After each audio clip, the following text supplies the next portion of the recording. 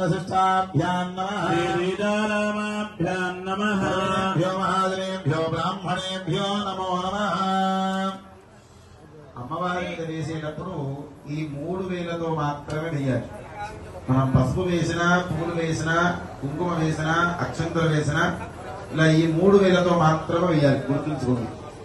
చిటికన వేలు, చూపుడు వేలు అమ్మవారికి పూజా ద్రవ్యాలకి తాకకూడదు. ఏది వేసినా కూడా ఈ 3 వేలతో మాత్రమే వేయాలి. తర్వాత ఆ కలశం తీసుకొని ఆ కలశంలో ఉండేటువంటి మామిడాకులు కానీ, తమలపాకులు కానీ, పువ్వు కానీ తీసుకోండి. ఆ నీళ్లు మీరు తలపైన 3 సార్లు చల్లుకోండి, ఒక్కొక్క చుక్క. అపవిత్ర పవిత్రో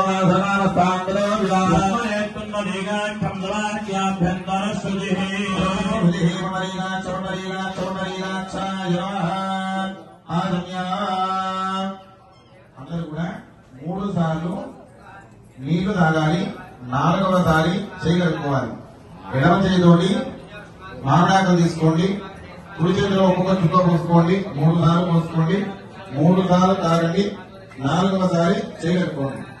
కేశవాయ నమః, నారాయణాయ నమః, మాధవాయ నమః, గోవిందాయ నమః, విష్ణవే నమః, సూదనాయ నమః, వీరాయ నమః, వామనాయ నమః, శ్రీధరాయ నమః, శ్రీకేశాయ నమః, నాభాయ నమః, దామోదరాయ నమః, శ్రీధరాయ నమః, దేవాయ నమః, ప్రసన్నాయ నమః, శాంతాయ నమః, ఉత్తమాయ నమః, అఖిలాయ నమః, బ్రహ్మాయ నమః, శివాయ నమః, రుద్రాయ నమః, శ్రీకృష్ణాయ నమః, శ్రీకృష్ణాయ నమః, బ్రహ్మణే నమః.